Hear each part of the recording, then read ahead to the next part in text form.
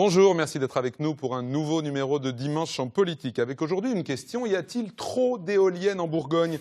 C'est ce que des associations ont dénoncé la semaine dernière à Dijon, alors que la Bourgogne n'est pourtant pas une des premières régions françaises sur ce sujet. Pour en débattre sur ce plateau avec nous, Mourad Laouès, bonjour. Bonjour. Vous êtes un des porte-parole d'Europe Écologie Les Verts pour la Bourgogne. Michel de Broissia, bonjour. Bonjour. Vous êtes le président d'ACBFC, qui regroupe des associations de Bourgogne et de Franche-Comté. C'est vous qui organisiez le rassemblement de la semaine dernière. Vous êtes par ailleurs maire de Champagne-sur-Vingeanne, c'est en Côte d'Or. Tout à fait. Et Emmanuel Schudink, bonjour. Bonjour. Vous êtes le délégué général de ce qu'on appelle le cluster éolien, qui regroupe l'ensemble des entreprises du secteur éolien dans la région Bourgogne. Et vous êtes très nombreux chez vous à avoir réagi sur le sujet, à nous avoir envoyé des messages qui seront cités, lus lorsqu'il en sera question pendant cette émission. Notre question d'introduction était certes lapidaire, y a-t-il trop d'éoliennes, mais elle pose d'entrée le sujet. Michel de Broissia, d'après vous, il y aurait trop d'éoliennes en Bourgogne, alors que sur les 22 anciennes régions, nous ne sommes que la 12e en nombre d'éoliennes.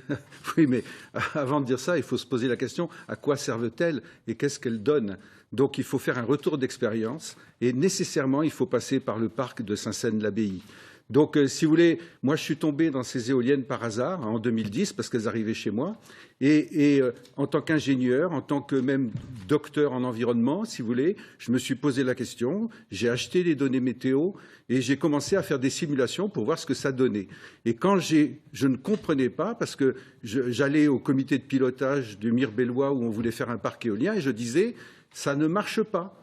Et donc, personne ne me croyait, jusqu'au jour où quelqu'un m'a fourni les comptes sociaux de la société en question, du promoteur, pour l'année 2013. Là, vous ouvrez beaucoup de sujets. Vous ouvrez beaucoup de sujets en même temps. Oui, mais c'est fondamental, parce que finalement, on s'apercevait au bout de 5 ans de fonctionnement que la société perdait 15 millions d'euros. Donc, à partir de là, si vous voulez, le problème se posait de façon complètement différente. On va faire répondre, parce qu'on va avancer, on a une demi-heure. Après, il faut se poser la question, pourquoi les éoliennes sont si grandes maintenant? Alors, vous ouvrez, c'est bien ce que je disais, vous ouvrez plusieurs sujets à la fois.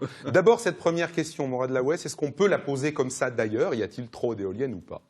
Non, il n'y a pas trop d'éoliennes.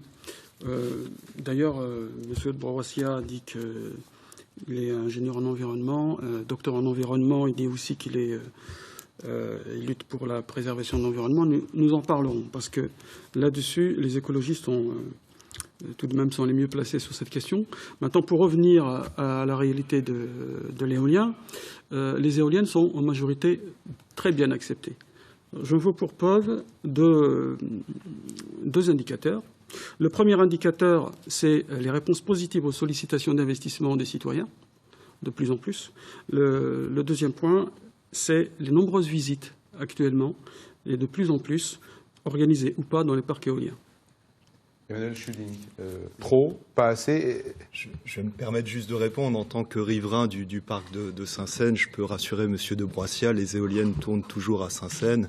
Et effectivement, comme pour toute société, si une société perd autant d'argent sur une année, évidemment, un parc éolien ne va pas continuer. Donc, la société en question développe de nouveaux projets, donc soit elle est vraiment suicidaire, soit effectivement, il n'y a aucune utilité, mais on n'est pas du tout dans ce schéma aujourd'hui. Alors, on va essayer de poser la question peut-être d'une autre manière. À chaque fois, on peut la poser de plein de manières différentes. Est-ce que ce qui est en cause dans ces manifestations ou dans la défense de l'éolien, c'est le fait que l'éolien soit gênant, ou est-ce qu'il y a aussi la question de l'utilité réelle de l'éolien? Est-ce qu'aujourd'hui, l'éolien sert à quelque chose si on veut préserver l'environnement, ou est-ce que, parce que c'est ce que vous dites, il ne génère pas plus de problèmes qu'il n'amène d'intérêt? On commence par vous, Emmanuel Schudink. Alors, si on prend les chiffres des experts de l'Agence internationale de l'énergie, on a sur un schéma qui vise à peu près à 20 à 25% d'électricité d'origine éolienne à travers le monde. Donc, c'est une énergie qui est en très forte croissance. Pourquoi? Parce qu'elle est mature, de plus en plus compétitive, créatrice de richesses locales, ce qui permet d'éviter la dépendance par rapport aux énergies fossiles. Donc effectivement, c'est une tendance qui est lourde, avec des technologies qui évoluent énormément. Très clairement, on m'aurait posé la question il y a 15 ou 20 ans, est-ce que la région est propice à l'énergie éolienne? Vu le degré de technologie actuel, la réponse est évidemment oui. D'accord, Après- parce qu'on a plein de messages de gens qui nous disent mais pourquoi le faire dans la région Bourgogne, elle n'a aucun intérêt pour l'éolien, Alors- le vent est trop faible, on est obligé de mettre des mâts très très hauts, on en a beaucoup comme ça, beaucoup de questions comme ça. Alors c'est un phénomène physique qui est naturel. Plus on va en hauteur, mathématiquement, plus on a de gisements de vent. Donc c'est vrai que, à titre personnel, moi j'ai développé un logiciel et je peux rassurer Monsieur de Broissia, tous les sites ne sont pas propices à l'énergie éolienne en Bourgogne, mais effectivement on a des sites qui sont plus propices. Alors, Je suis pas du tout d'accord, Michel de évidemment. Broissia, avec un petit peu de provocation, la France a signé il y a moins d'un an la COP 21. Est-ce qu'on peut à la fois dire il faut lutter contre le réchauffement et s'opposer, comme le font toutes vos associations, à finalement tous les parcs éoliens qui se montent? Alors vous abordez vous aussi beaucoup de sujets à la fois. Oui, hein. oui, oui. Excusez-moi. Bah, j'oppose. Mais, donc vous avez posé. Je pose le problème de l'éolien par rapport au réchauffement climatique. Vous avez posé la question de l'intermittence et de l'utilité des éoliennes. Oui. Et donc, effectivement, si vous voulez, on prend le mois de septembre 2016, rapport RTE, résultat, les éoliennes ont marché en gros 12,5% du temps. Donc ça veut dire que pendant 87,5% du temps, il n'y avait rien. Et donc, il fallait remplacer par autre chose. Et Pardonnez-moi, il y a les centrales nucléaires. Il y a le reste. justement. Alors là, c'est là où c'est génial. Effectivement, tout d'un coup, Madame Royal, hier, s'inquiète, envoie une lettre au PDG d'EDF en lui disant « Agissez d'urgence ». Rendez-vous compte qu'il y a presque 11 000 mégawatts d'éoliennes installées en France aujourd'hui, donc largement beaucoup plus que toutes les tranches nucléaires qui sont arrêtées aujourd'hui. Donc moi je mets au défi aujourd'hui les partisans des éoliennes de prendre le relais, parce que c'est ça le sujet. Ils laissent croire qu'ils vont prendre le relais, mais ils ne savent pas le faire en fait. Et donc qu'est-ce qu'on fait? Vous savez ce qu'on fait? On ressuscite 4 centrales à charbon en France. Voilà ce qui a été décidé dans la semaine qui vient de se passer. Bon, alors bravo. Je vous vois hocher la tête. Je ne suis pas d'accord. Ah bah alors, prouvez-le. Premièrement, les énergies renouvelables vont devenir de plus en plus. Elles le sont déjà. Elles sont indispensables. Elles Mais vont, c'est à terme. idéologie, Non ça. mais laissez-moi terminer. Je vous ai laissé terminer. Vous me laissez terminer. Premièrement, en France, on n'a pas de pétrole, on n'a pas d'uranium. Hein, on a par contre, en revanche, on a du vent, on a du soleil, on a de l'eau. Alors, la France a un potentiel éolien. C'est le deuxième européen après le Royaume-Uni, et vous le savez. Alors ensuite, à partir de ça, on a, avec ce potentiel éolien et la technologie actuelle des éoliennes, parce qu'elles sont très performantes, contrairement à celles d'il y a 20 ans, elles peuvent fonctionner avec ce que nous avons en Bourgogne. Mais monsieur, moi je notre connais mieux que potentiel vous éolien. ce problème. Non, C'est je l'énergie suis pas sûr. cinétique du vent. Vous me laissez terminer. L'énergie cinétique du vent, Vous elle me est laissez fonction de terminer. la vitesse du vent au Non, cube. non. Vous parlez d'ailleurs des éoliennes qui s'arrêtent, hein, parce que vous oubliez une chose, c'est que l'éolienne, quand elle s'arrête, soit elle est en maintenance, ou en fonction de la trajectoire des vents, parce que les vents, évidemment, ils ne sont pas tout le temps dans une unique direction, mais ça n'a rien à voir avec ce que vous dites, à savoir... Ça répond à des lois mathématiques physiques. non, mais attendez. On peut Moi aussi, je douter connais les mathématiques et la qu'il y physique. a des ingénieurs des deux côtés sur ce sujet. Moi, j'ai envie de faire répondre à ce que vous aviez dit pour qu'on avance point par point. Emmanuel Schuding, sur un point, est-ce que c'est vrai que quand les éoliennes s'arrêtent, parce qu'il n'y a pas de vent, il faut utiliser des centrales à charbon pour compenser et générer finalement, aller à l'encontre des objectifs de la COP21, on va Non, le dire. C'est absolument faux. Les centrales à charbon dont M. de Broissia parle existent déjà. Les centrales à charbon existent déjà depuis un siècle en France. On en a fermé quelques-unes depuis les implantations d'éoliennes. Preuve en est celle de Monceau à Lucie.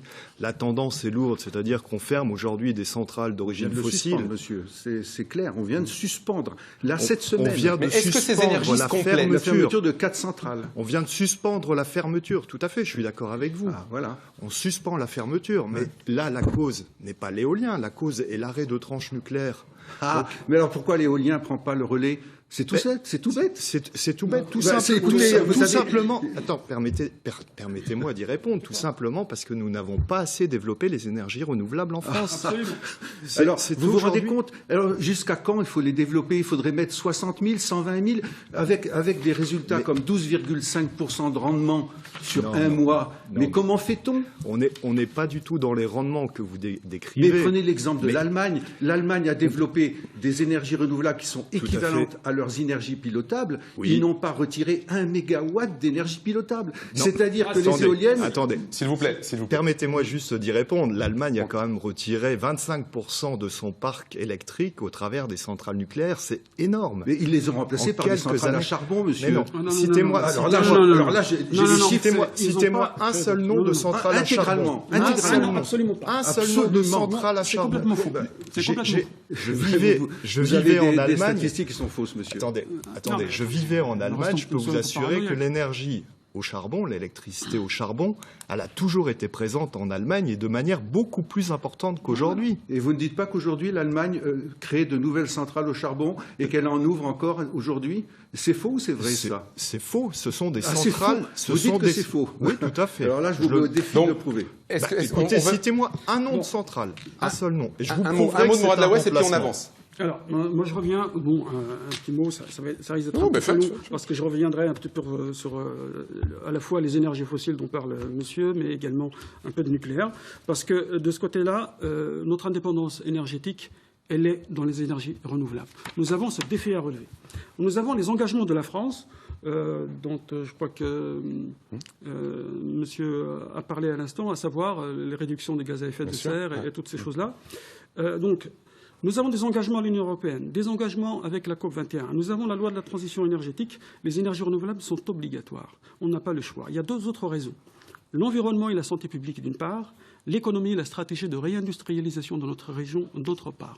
Sur le plan environnemental, nous devons diviser par 4 les gaz à effet de serre d'ici 2050. Et vous le savez très bien, le réchauffement climatique, à moins que vous soyez un climato-sceptique, le fait est là. C'est le GIEC qui le dit. La réduction de la consommation, la réduction de 50% à l'horizon 2050 des gaz à effet de serre obligatoires. La part des énergies renouvelables doivent passer à 23% en 2020, à 32% en 2050. Vous avez un discours idéologique et politique. Non, mais attendez. Pas technique. Attendez, je vais vous dire un truc. Vous devez oublier. Écoutez, je suis comme vous, je fais des études scientifiques, mais là, je suis un politique, je vois les choses de manière beaucoup plus large que vous. Je suis désolé de vous le dire de cette manière, parce que faire de la politique, c'est avoir des projets de société, c'est réfléchir aux projets de société. Et un de nos projets à nous, c'est de maintenir le réchauffement climatique à moins de 2 degrés, et de préférence à moins de 1,5. Non, mais qu'est-ce que vous êtes maire de votre commune, mais vous prétendez protéger l'environnement, mais qu'est-ce que vous allez léguer aux enfants de vos concitoyens? Répondez-moi à une question, monsieur. Comment faites-vous quand le vent ne souffle pas pendant 1 mois? Par quoi le remplacez-vous? La question est fondamentale. Premièrement, je vais vous dire, est-ce que le vent ne peut pas souffler pendant 1 mois? Non, mais c'est absurde. Il a soufflé au mois de septembre 2016. Je n'ai pas terminé. Est-ce que c'est le sujet? Pardonnez-moi, mais est-ce que c'est le sujet? Non, c'est pas le sujet. Ensuite, c'est le sujet. Je termine juste sur ce point. Parce qu'il ne s'agit pas uniquement de faire un pari d'éoliennes, 100% d'éoliennes, on reste tout le reste. Là, il s'agit de relever le défi des énergies renouvelables, et toutes énergies renouvelables confondues. Vous avez l'éolien, c'est nécessaire. Vous avez le photovoltaïque, c'est nécessaire. La biomasse, c'est nécessaire. Donc, tout ça ensemble, ça nous permet de faire un réseau intelligent de petites centrales, et pas besoin de faire un énorme machin. C'est ce qu'on appelle le mix énergétique? Pas tout à fait. J'exclus le nucléaire. Attention, parce que le nucléaire, avec les devoirs du nucléaire. Juste un mot d'Emmanuel Schuding pour refermer, puis après on avance, puis je voudrais les répondre, bien sûr. Si je peux y répondre. Je vous voyais vous agiter, c'est pour ça. C'est vrai qu'on a un scénario de l'ADEME qui envisage à 2050 un scénario 100% énergie renouvelable. Il n'a jamais été question de faire 100% d'éolien. Les énergies renouvelables, sont complémentaires. L'hydroélectricité, par exemple, est un excellent moyen de stockage de l'électricité éolienne. C'est ce que fait le Danemark avec la Norvège, par exemple, ce qui lui permet d'atteindre 40% d'éolien, en basculant effectivement le surplus en période de surplus vers la Norvège, et inversement, quand nous n'avons pas de vent, on importe l'électricité hydroélectrique. Je voudrais souligner un point, la région se met aussi très fortement en avant sur des technologies de stockage de demain pour permettre justement de pallier ces difficultés. Non, on rase pas gratis. Attendez, parce que le stockage. Gratis. Pensez au stockage. Permettez-moi juste de terminer. La région veut être en pointe sur le stockage via l'hydrogène. C'est un pari certes ambitieux, mais qui s'inscrit dans cette lignée. C'est vrai que c'est un enjeu majeur, mais qui concerne l'éolien, mais toutes les sources d'électricité. Aujourd'hui, on ne sait pas stocker non plus le nucléaire, ni d'autres sources d'électricité. Donc l'avenir, il est évidemment dans les problématiques de stockage. Et la région l'a compris et on travaille avec eux sur cette thématique. On a beaucoup parlé de technique. Moi, j'ai envie de nous faire avancer, mais justement, c'est là-dessus que vous allez pouvoir répondre. Parce qu'il ne faut pas qu'on passe une demi-heure sur la technique. Je pense qu'il y a déjà des gens qui sont partis au marché à cause de ça. En revanche... Non, mais parlons de la hauteur des éoliennes, si vous voulez bien, alors. Parce que... en l'étendant, si vous voulez bien, Michel de Broissia, à votre jardin. En plaisantant, ou à votre arrière-cour. Vous savez ce que les Américains appellent NIMBY, pas dans mon arrière-cour, c'est-à-dire je veux bien de tout, mais je ne le veux pas chez moi. Est-ce que c'est ça qui se joue autour des éoliennes? C'est-à-dire globalement, tout le monde est d'accord pour réduire les gaz à effet de serre, mais les éoliennes, on les veut bien dans un endroit qui serait au large de la côte, par exemple, mais pas chez soi. Et est-ce que ça a vraiment un impact sur les paysages? Est-ce qu'on doit considérer que les paysages sont abîmés, détruits par des éoliennes? Est-ce que c'est ça que disent vos adhérents? Je crois qu'il y a un très grand mépris de la ruralité. Parce que je vous avais envoyé, malheureusement, vous ne pouviez pas le passer, mais je vous ai envoyé une photo, un photomontage fait par un promoteur, donc d'un petit village. Vous aurez compris qu'on préfère ne pas passer les photomontages. Qui se trouve, mais oui, mais c'est fait par un promoteur, pas fait par moi, si vous voulez, et qui montre une éolienne à 1000 mètres d'un village. C'est hallucinant, c'est insupportable. Et donc, pardon, en quoi est-ce insupportable? Qu'on soit d'accord sur les mots, qu'on soit d'accord sur les mots. Mais il aurait fallu que vous acceptiez de montrer mon photomontage. C'est tout simplement impossible à vivre. Quelle est la distance légale en France, pardon? Mais la distance légale est de 500 mètres, elle est ridicule. Et donc nous, notre association de ce côté-là est très claire. Elle demande 10 fois, comme distance, 10 fois la hauteur des éoliennes. Voilà du bon sens, au minimum. C'est quelque chose qu'on demande, un minimum. C'est ce qui est, par exemple, en Bavière. La Bavière, le land allemand, il a pris cette règle. Et effectivement, moi, je suis déjà allé à Munich sans voir une éolienne. Donc, soyons pas hypocrites. Ils n'en avaient pas vu parce qu'il n'y en a pas ou parce qu'elles sont... Parce que, effectivement, les règles font qu'il y en a peu. Voilà. Donc ça réduit la même chose en Pologne. Enfin, ça rend humain l'implantation d'éoliennes dans un territoire. L'Allemagne est le premier pays européen en termes d'éoliennes. Oui, mais finalement, la Bavière, qui est une région qui nous ressemble par son patrimoine et ses paysages, elle a su les préserver. Nous, pas. Alors, vous vouliez répondre, Morad Laouest, là-dessus, Oui, je voudrais répondre sur l'aspect affreux des éoliennes. Moi aussi, Monsieur de Broissia, j'ai ici 2 photos. Ce ne sont pas des photomontages, c'est les photos de la réalité. L'une avec des éoliennes sur l'horizon, et l'autre avec de gros pylônes et des fils haute tension qui traversent un village. Et je peux vous dire, je ne peux pas les montrer puisque ce n'est pas la règle ici. Ça fait match nul comme ça. Je peux vous les montrer après, mais je peux vous garantir que vous présentez ça au coût d'un moyen. Il n'a aucune hésitation pour choisir. Cela dit, c'est rigolo.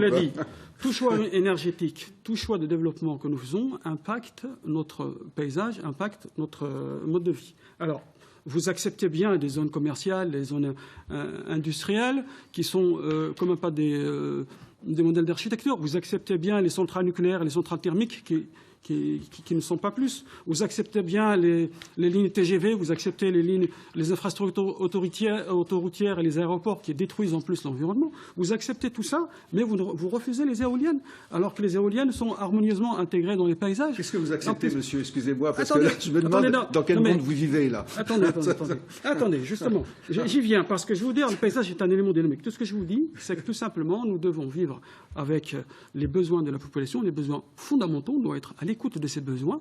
Et ces besoins, c'est respirer un air sain, c'est être en bonne santé, s'alimenter correctement, se déplacer, se chauffer proprement.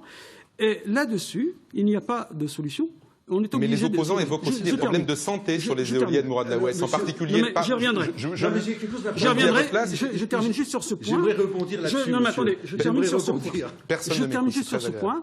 Cela dit, pour vous rassurer, il ne s'agit pas de faire n'importe quoi. Il existe ce qu'on appelle un code de l'environnement. Toute installation d'éoliennes, toute installation de production d'énergie renouvelable est soumise à une étude d'impact sur l'environnement, sur le bruit. Elle est soumise à... Alors là, j'ai beaucoup Attendez, j'ai pas terminé. Et en plus, il y a un autre garde-fou qui vient de sortir. La loi de biodiversité vient de mettre un outil législatif au point, je viens de créer un nouvel outil législatif qui s'appelle l'Atlas paysager. Le but de cet Atlas paysager, c'est quoi? C'est en faveur de la préservation des paysages. Je connais tout ça mieux que vous, monsieur, parce que je suis dedans, je Vous n'avez pas l'air de le connaître. Je vous coupe et je vais le faire de façon impérative. Est-ce que vous comprenez tout de même, et je vous donnerai la parole ensuite, Mme Schutting, est-ce que vous comprenez ce que disent les gens qui vivent à la campagne quand, d'un seul coup, alors qu'ils ont eu un paysage vide devant eux depuis peut-être pour certains plusieurs générations, il y a des éoliennes et que leur quotidien visuel est complètement changé. On peut comprendre quand même que ça porte fort sur les gens. Je comprends très bien. Moi, je tiens à rassurer ces messieurs-dames. Je comprends très bien quand effectivement l'habitude est perturbée par quelque chose de nouveau. On peut effectivement se poser des questions, on peut être inquiet. Donc je demande tout simplement à ces personnes de se renseigner un peu plus ou surtout de ne pas se laisser avoir par des mauvais discours ou des discours finalement complotistes, de se renseigner sur le bilan positif des éoliennes, aussi bien notamment sur le bilan touristique, le bilan paysager. Non, je vous garantis, allez voir en Champagne-Ardenne. Hein, allez voir dans des communes, même au Bourgogne, des visites de parcs éoliens. Mais il faut se renseigner un peu plus. Bon, ensuite, les nuisances, elles sont nettement plus faibles que les nuisances habituelles quotidiennes. Par exemple, sur le bruit d'une éolienne à 300 mètres, c'est le bruit d'une conversation calme. Et une éolienne qui a marché 12,5% du temps en septembre. Alors, on donne la parole à Mme Schutting et ensuite on avancera. Un mot effectivement sur les paysages. Je vous voyais hocher la tête quand je disais, vous comprenez que les gens ils n'aient pas envie d'avoir ça sous leur nez, quoi. Alors, il faut savoir de quoi on parle. Hein. On a aujourd'hui à peu près dans la grande région 4000 communes. L'objectif, c'est d'avoir à peu près 900 éoliennes sur la grande région. Donc, ça relativise un petit peu les choses en disant ça fait finalement une éolienne pour 4 à 5 communes. Donc, on est quand même sur une dimension qui reste limitée. Tous les sites ne sont pas propices. Moi, je comprends parfois effectivement les inquiétudes qui sont émises par la population.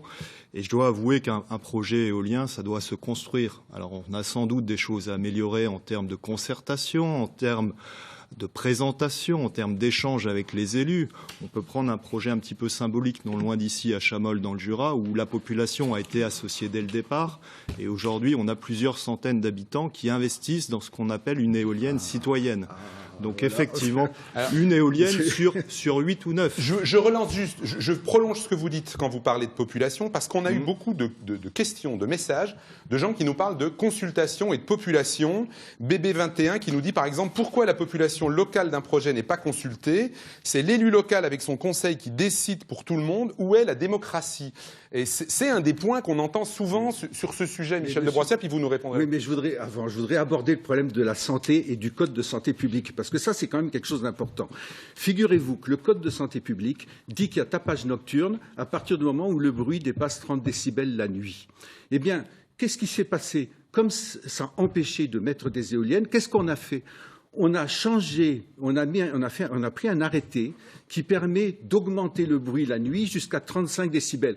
C'est-à-dire que les riverains d'éoliennes, en plus de voir clignoter les éoliennes à 2 niveaux... On a d'ailleurs des questions sur les lumières aussi, qui gênent un certain nombre de gens. Donc, ils vont se payer le bruit la nuit. Alors, ne me dites pas que c'est rien. Moi, je suis en relation avec un habitant de Monceau-et-Charnans qui a une maison qui s'est construite à flanc de coteau. Il est à 680 mètres d'une éolienne. Dès que le vent souffle du sud, il ne peut pas dormir. C'est la vérité. Et donc, quand le Code de santé publique fait passer les seuils de 30 à 35 dB, ça veut dire que ça autorise un bruit. Mais là, vous contestez le Code de santé publique. Je ne le conteste pas. Au contraire, justement, je voudrais qu'il s'applique aux riverains d'éoliennes. Et ça, c'est honteux. C'est-à-dire qu'on a bidouillé le Code de santé publique pour que les riverains d'éoliennes en prennent plein la gueule. C'est le mépris de la ruralité totale.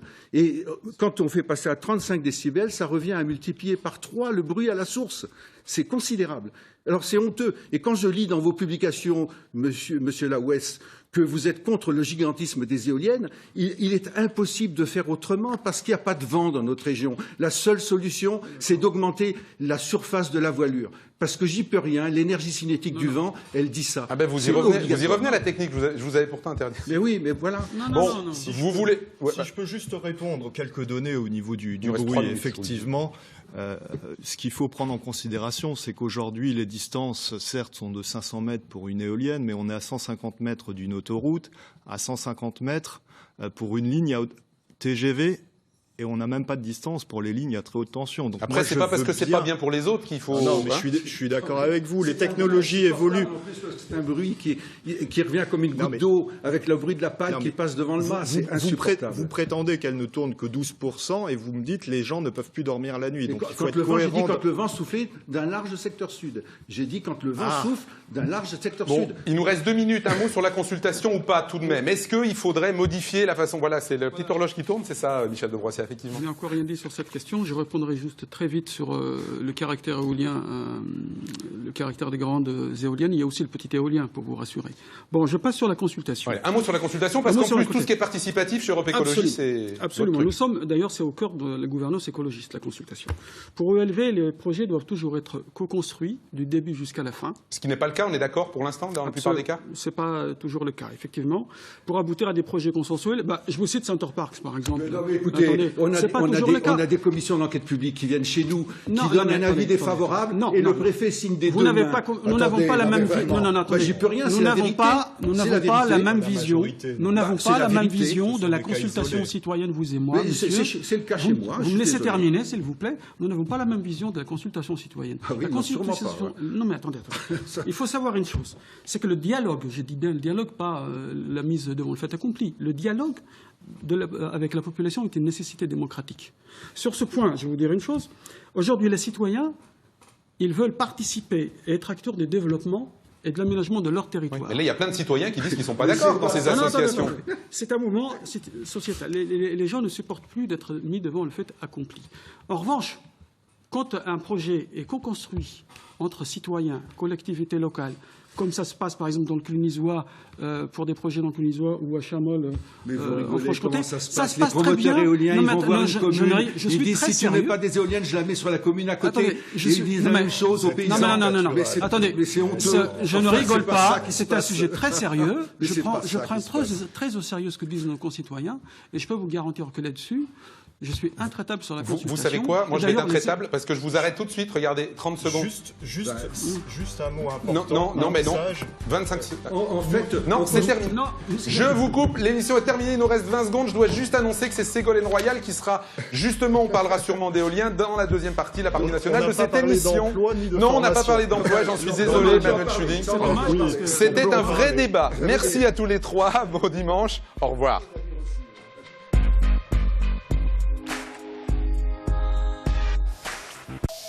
Mercredi, vivez l'événement.